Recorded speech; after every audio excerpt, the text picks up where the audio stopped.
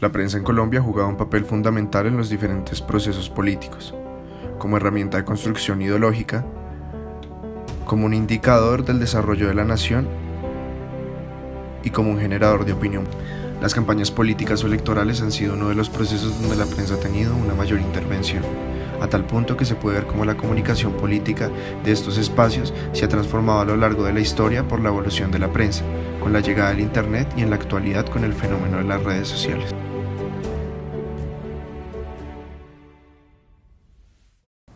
Bueno, mi nombre es Daniel Medina, yo soy politólogo de la Universidad de los Andes, hago una maestría en construcción de paz, también en la Universidad de los Andes, y actualmente trabajo en la campaña de Humberto de la Calle como dirigiendo el equipo de comunicaciones.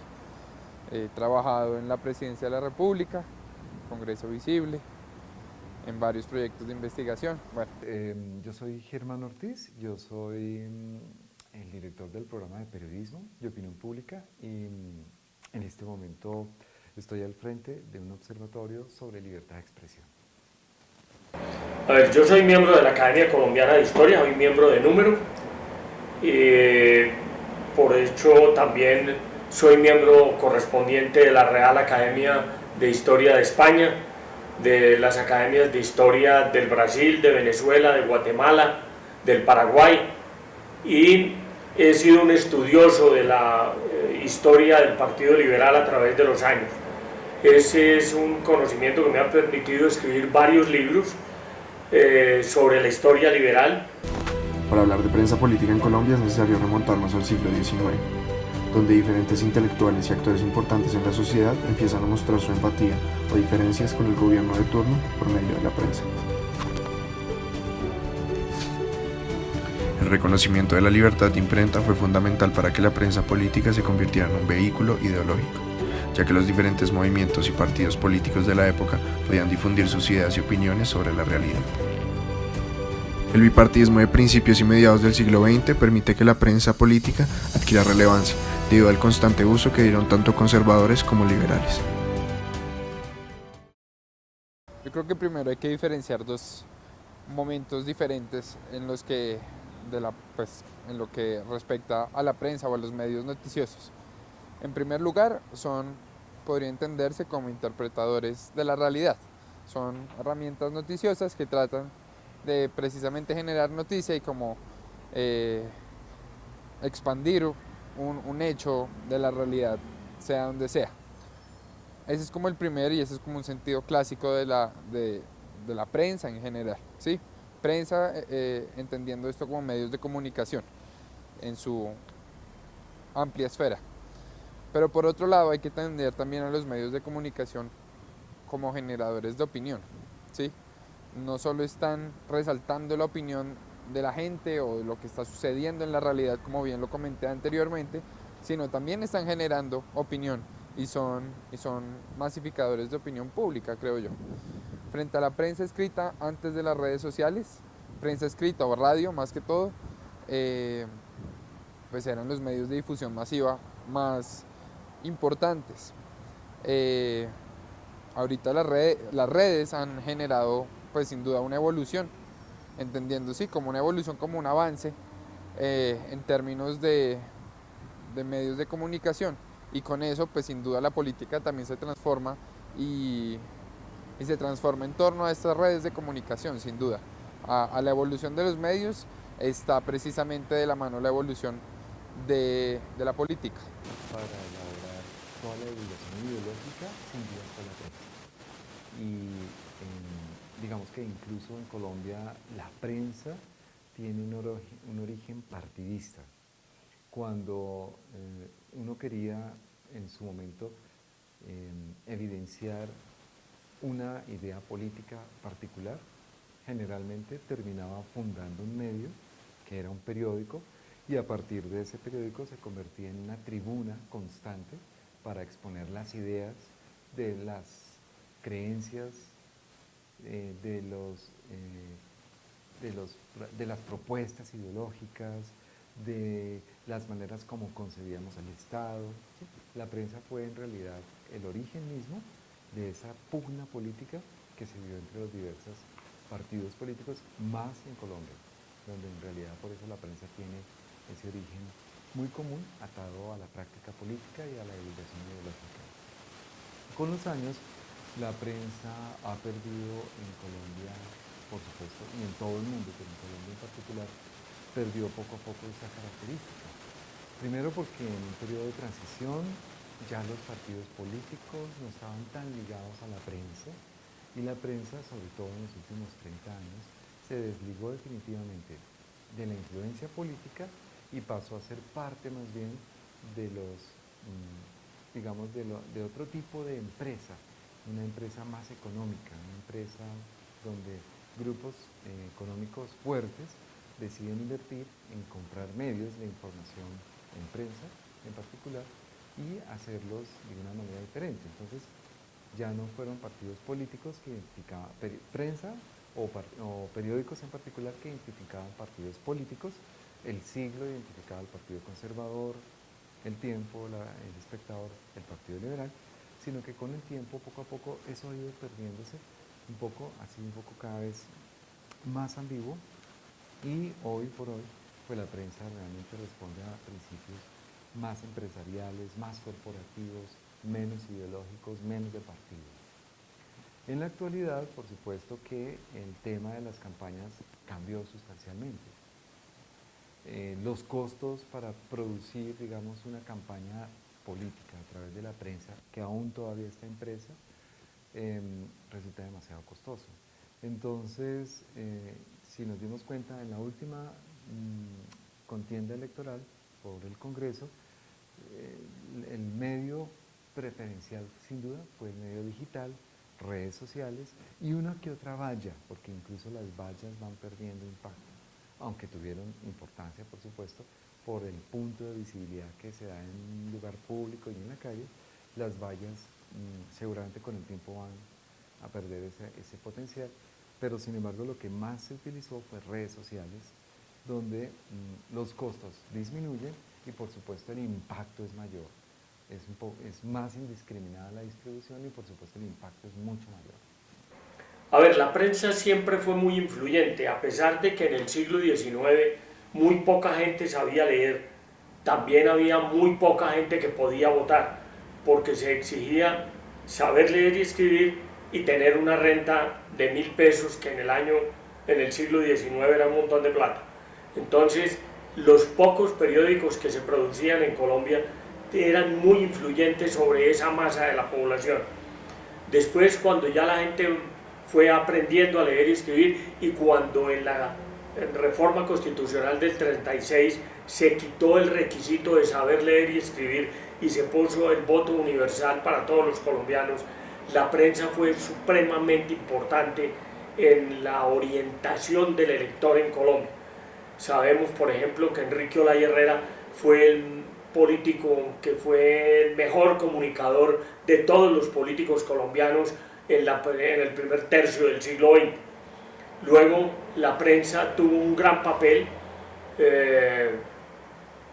recordemos por ejemplo aquel poeta nadaísta Arango, el antioqueño nacido en Andes, que alguna vez dijo, vivía en San Andrés y dijo: de aquí no me saca ni un editorial del Tiempo. Eran las épocas en que un editorial del Tiempo podía tumbar presidentes. Recordemos cómo Klim casi tumba a Alfonso López Michelsen de su carácter de presidente de la República. Pero con la llegada del Internet, el papel de los periódicos pasó a ser un papel completamente comercial, se desligaron de los partidos políticos y perdieron su vigencia, y hoy no es importante un editorial del Tiempo para sacudir a un gobierno, como el colombiano elegía gobernador de Antioquia, La Patria elegía gobernador en Caldas, El País elegía gobernador en el Valle, El Heraldo lo hacía en el Atlántico, La Opinión en Cúcuta, Vanguardia Liberal en Santander. En fin, por todo el país había unos periódicos que eran supremamente importantes y sus periodistas eran personas que orientaban la opinión pública y tenían una fuerza decisoria en lo que pasaba en sus regiones. Hoy eso ya no pasa. La segunda mitad del siglo XX se caracteriza por la participación abierta de la ciudadanía en asuntos políticos. Esto generó el surgimiento de nuevos partidos y movimientos sociales. Además, la llegada del Internet a Colombia entre 1990 y 1995 es uno de los puntos claves para la prensa, ya que llega como una herramienta digital que permitirá una mayor difusión y acceso. Después de su primera década en el país, en febrero del 2000, el gobierno decide impulsar el Internet en Colombia por medio de la Agenda de Conectividad. Este proyecto facilitó el desarrollo tecnológico de la nación y la digitalización de la prensa. Junto con el avance de la prensa, la comunicación de los partidos políticos en las campañas electorales comenzó a cambiar, incluyendo el marketing político como un sofisticado sistema de comunicación para la actualización del discurso a los nuevos medios digitales y a una sociedad democrática.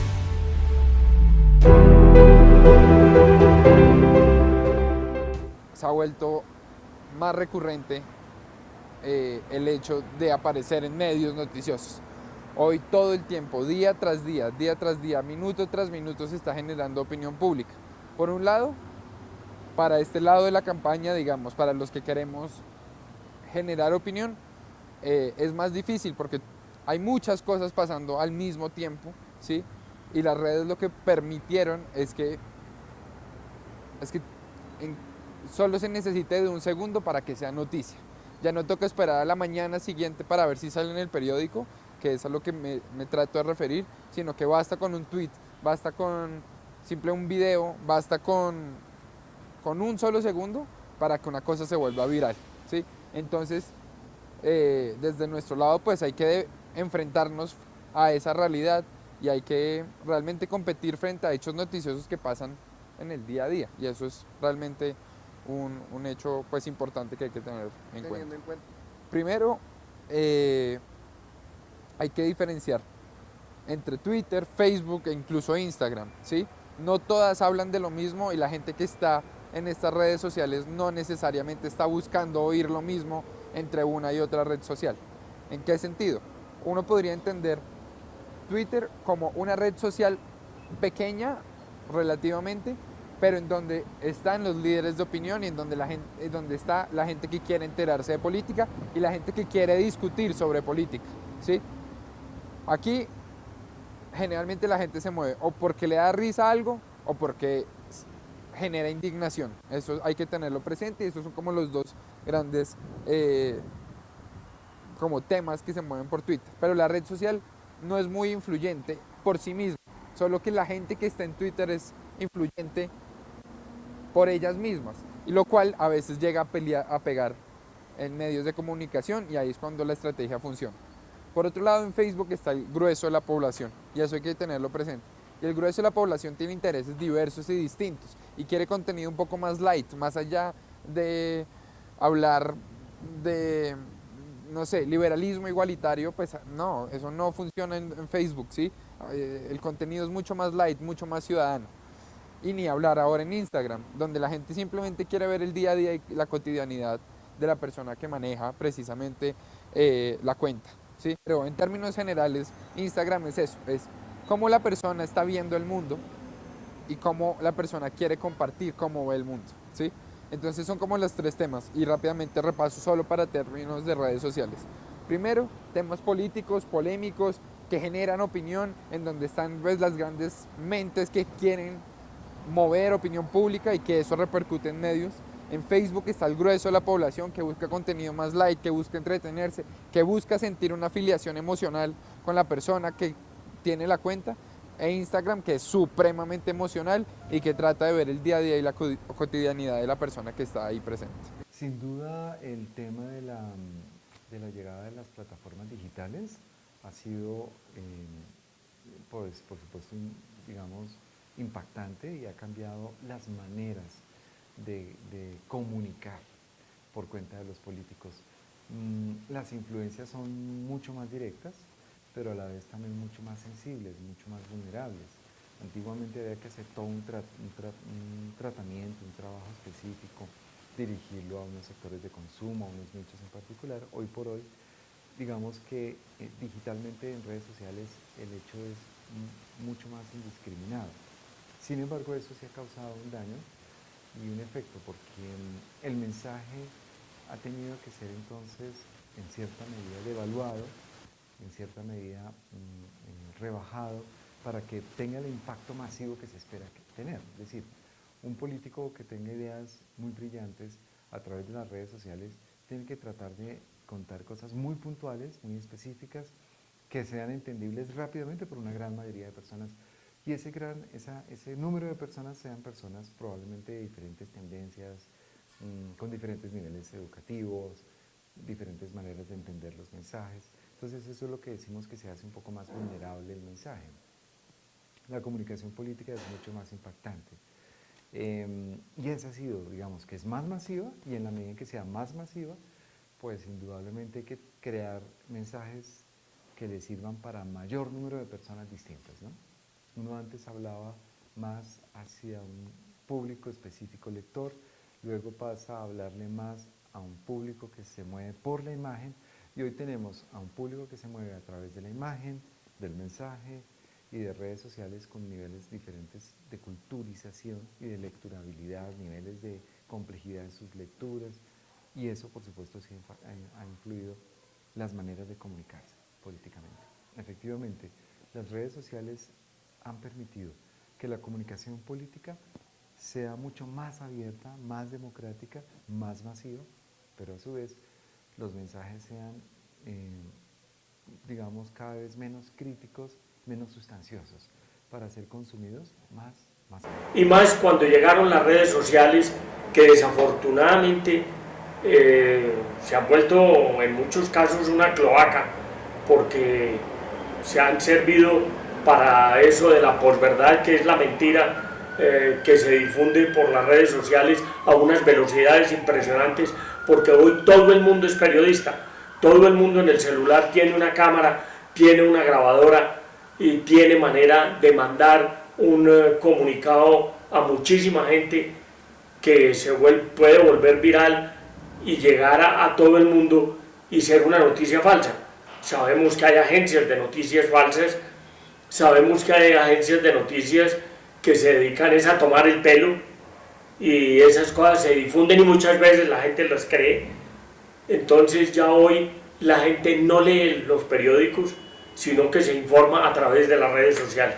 Son fundamentales. El señor Obama ganó la presidencia a punta de redes sociales.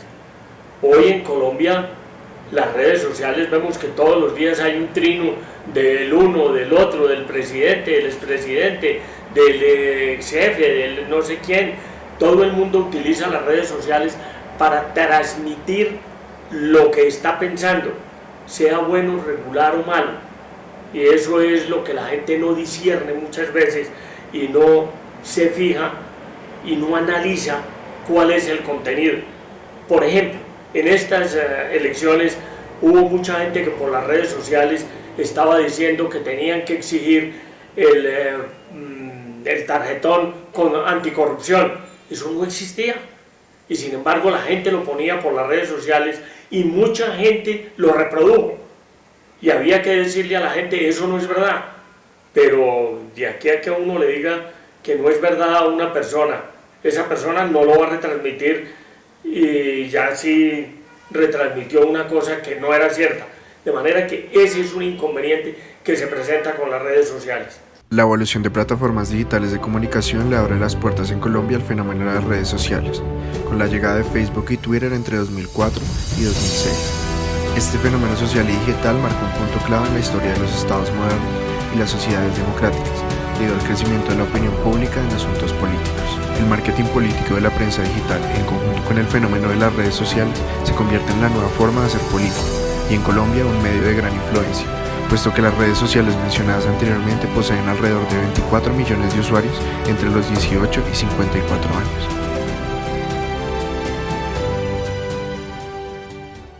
Por un lado se pueden diferenciar dos temas. Una es que son la segmentación de edad que se puede llegar a tener. La prensa sin duda le pega a un sector de la población un poco más viejo, más clásico, si se podría llamar de alguna manera. Es la gente que todavía se levanta, lee su periódico, que todavía ve noticias. Pero sin duda las redes sociales, Facebook, Twitter, y a eso ahí también tiene unas segmentaciones, unas diferenciaciones entre unas y otras, pues le pegan a una audiencia un poco más joven. Eso hay que tenerlo presente. En términos políticos, uno piensa es, bueno, ¿cuál es la población que más vota? ¿Sí? Y ahí uno podría tener unas diferentes interpretaciones.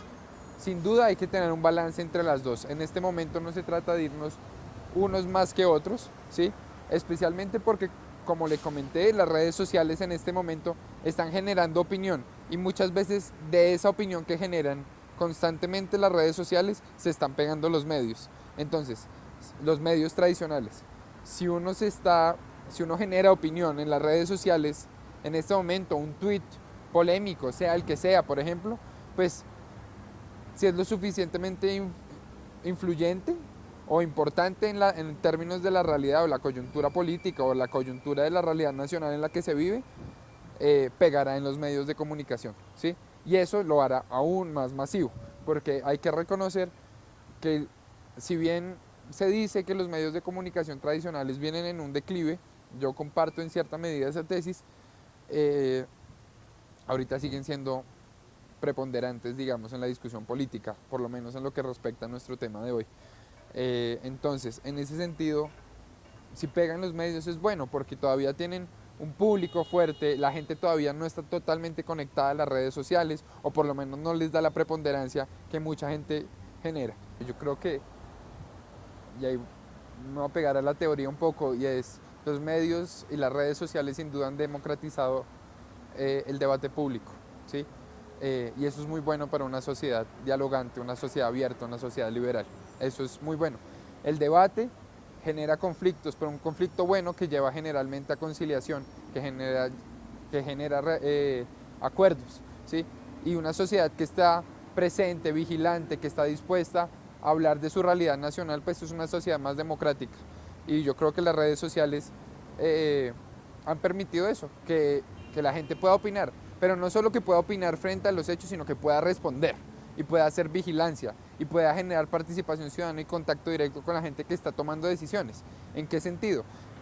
Que por ejemplo el presidente llega, dice cualquier cosa, pues la gente ahorita en este momento por medio de las redes sociales tiene la potestad de protestar por un lado, de mostrar si está de acuerdo o no está de acuerdo, o de decir o de decir lo que quiera frente a la decisión que toma. Antes eso no se podía hacer porque, digamos, había una cierta jerarquía frente a los tomadores de opinión y la población, y digamos, la opinión pública. Ahorita que han hecho las redes sociales, han hecho una relación horizontal frente a la gente que toma decisiones y la gente que las recibe en cierta medida. ¿Y que ha hecho esto? Que simplemente uno pueda controvertir. Y eso es excelente en una sociedad democrática, porque ahí se genera diálogo, ahí se genera conflicto, ahí se generan acuerdos, ahí se genera realmente pues una conciliación general que nos vuelve críticos y genera discusión. Entonces realmente lo veo muy bueno porque en términos generales, al horizontalizar el debate, las redes sociales han generado una democratización en temas de debate público y opinión y en la sociedad en general. Pues por un lado, como lo comenté anteriormente, sin duda la prensa y ahorita las redes sociales generan opinión pública, ¿sí? No solo están interpretando la realidad, sino están generando opinión entre la ciudadanía, y eso es algo que hay que tenerlo presente. Son generadores de opinión, son generadores de noticias, masifican un mensaje que es importante tenerlo presente. Pues digamos que estas que acaban de pasar lo evidencian muy bien. Si vimos antiguamente, hace quizás hasta 10 años atrás, de 10 años hacia atrás, veíamos que en la ciudad se utilizaban carteles, se utilizaban pósters para pegar donde se colocaba la figura del candidato y una frase. Esas campañas gastaron millones de pesos en su momento en papel. En esta última campaña prácticamente no se utilizó el póster para nada. Muy pocos utilizaron la valla porque además son muy costosas. Los partidos políticos grandes las utilizaron y en su mayoría todos atendieron a redes sociales. Redes sociales que estaban circulando cantidad de mensajes. por supuesto, hubo mensajes mentirosos, hubo noticias falsas, hubo montajes, hubo manipulaciones. Entonces digamos que se aprovechan un poco de la vulnerabilidad de las campañas, pero la impresión que a uno le queda es que finalmente todo el mundo está como en una puesta a prueba, es decir, fue la primera campaña real en la que podemos decir, y la que viene de presidente seguramente, en la que podemos decir que incluso las redes sociales van a tener un papel y un rol predominante sobre la televisión, la radio y la prensa. Entonces yo creo que ahí hay un cambio importante. Pero pocos sabemos cómo, digamos que la gente no lo sabe, pocos saben, digamos, cómo hacer uso mejor de esas redes sociales. La gente considera que simplemente vincular links a través de un video de YouTube que va a iniciarse o ligarlo a partir de, pero yo creo que hay montones de formas que apenas se están explorando. Sin duda, como nadie tiene la última palabra, se está transformando de esa manera de comunicar el candidato, sus ideales, sus logros, además en unos espacios tan reducidos, con limitaciones de contenido, porque la tecnología digital, aunque permite un poco esa masividad, o en gran medida la permite, por supuesto, lo que también exige es que se sintetice y se haga breve la información. Entonces como que la gente está un poco tanteando las distintas opciones, que yo creo que va a ser muy interesante verlas a partir de la campaña que se inició el domingo pasado, en la campaña para presidente en Colombia. Pues que en un comienzo se pensó que la prensa sería la plataforma para la reflexión profunda de los contenidos y que la prensa digital era una prensa de consumo mínimo, donde rápidamente las personas miran en pantalla, en su celular, en un computador, en una tableta y rápidamente pasan pantallazos y que no podían ser contenidos muy largos, muy extensos, porque cansan la lectura, el ojo y la paciencia de la persona de estar parada frente a una pantalla haciendo ese ejercicio. Pero la impresión que yo tengo es que paradójicamente esa prensa reflexiva, profunda, 4 páginas impresas, un acompañamiento reducido de fotografía, está quedando cada vez mucho más corta, precisamente y paradójicamente por las herramientas que permite la prensa digital. Y entonces parece ser que el lector de prensa escrita, que son personas mayores de 60, 65 años, cuyo ritual está en ir, pararse, levantarse, recoger el periódico, volverse, sentar, durar un par de horas leyéndolo, va a desaparecer cuando estas personas, cuando esta generación muera por edad. Y paradójicamente es lo que yo pienso, la prensa digital va a tener que traer todo eso que se creía tenía el futuro, estaba allí del modelo de negocio en la prensa escrita, traerlo a la prensa digital. Es decir, traer una prensa digital donde a la persona se le permita ver infografías, acceder a textos, contenidos escritos, bases de datos, periódicos que imprimió el medio que estaba mostrando esa prensa, ese modelo en ese momento,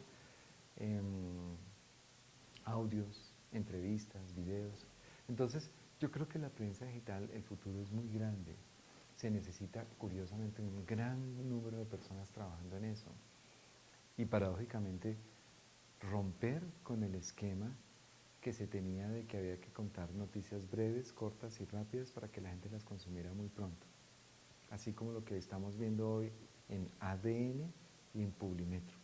Estos periódicos que se leen en 15 minutos podrán seguir siendo periódicos que se lean en 15 minutos. Creo que hacia allá es donde subsistirá la prensa escrita, cuya repartición sea gratuita, la gente la lea, lo deje allí, páseselo a otro y la otra persona haga lo mismo. Parece que ese modelo sí va a triunfar en la prensa escrita. Y paradójicamente, a mi modo de ver, todo eso que se creía lograr con la prensa escrita, periódicos de 120 páginas, gruesos, que el domingo la gente veía, duraba todo el día, va a pasar a ser parte de lo digital, donde la gente esté en capacidad de decir, esto es algo así como una especie de consumidor de Netflix, ¿sí? Pero en prensa, donde yo entro desde mi terminal móvil, donde yo esté ubicado en cualquier parte, pago una mensualidad, pero yo veo la entrevista, escucho la entrevista, veo el multimedia, la infografía, leo todo lo que se escribió, si amplío los documentos hay un link que me lo permite hacer, si necesito un trabajo, saco de ahí información, bajo unos PDFs, hago mis tareas.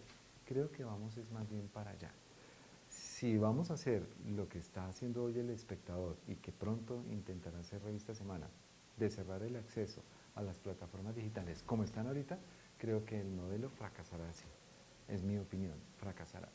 ¿Va la gente a estar dispuesta a pagar si encontramos una especie de, entre comillas, Netflix informativo digital? Con la idea de que lo que vamos a encontrar allí es particular de ellos. Las series son de ellos, esas no se piratean en la calle, son de ellos y la gente por eso es que paga. Entonces yo creo que eso es más o menos lo que se va a hacer acá, porque donde comencemos a cerrar el acceso a nuestras plataformas digitales simplemente porque están en digital, probablemente vamos a otras plataformas que nos cuenten incluso mejor lo que está ahí. Lo que pasa es que antes los periódicos eran muy politizados y hoy las redes le informan a usted de todo, pornografía, mentiras, notas económicas, estupideces, bueno, de todo, de manera que hoy la gente tiene exceso de información de la cual no se sabe qué porcentaje es cierta. Siempre han dicho que la opinión pública es la menos pública de las opiniones. La gente se deja llevar por las cosas que oye, por las cosas que ve, y el análisis es muy poco. Y la gente que está realmente analizando le dedica muy poco tiempo a eso, o muy poco tiempo a controvertir lo que llega a través de las redes sociales. En las épocas anteriores, cuando eran los periódicos, también eran los dueños de la verdad. Y en las épocas de la violencia, pues para los periódicos conservadores los malos eran los liberales y para los periódicos liberales los malos eran los conservadores. De manera que pasaba lo mismo en esas épocas, solo que en esa época, hace de 15 años hacia atrás o 20 años hacia atrás, todo se hacía a través de periódicos, pero hoy se hace es a través de las redes sociales que están en los teléfonos inteligentes de todo el mundo.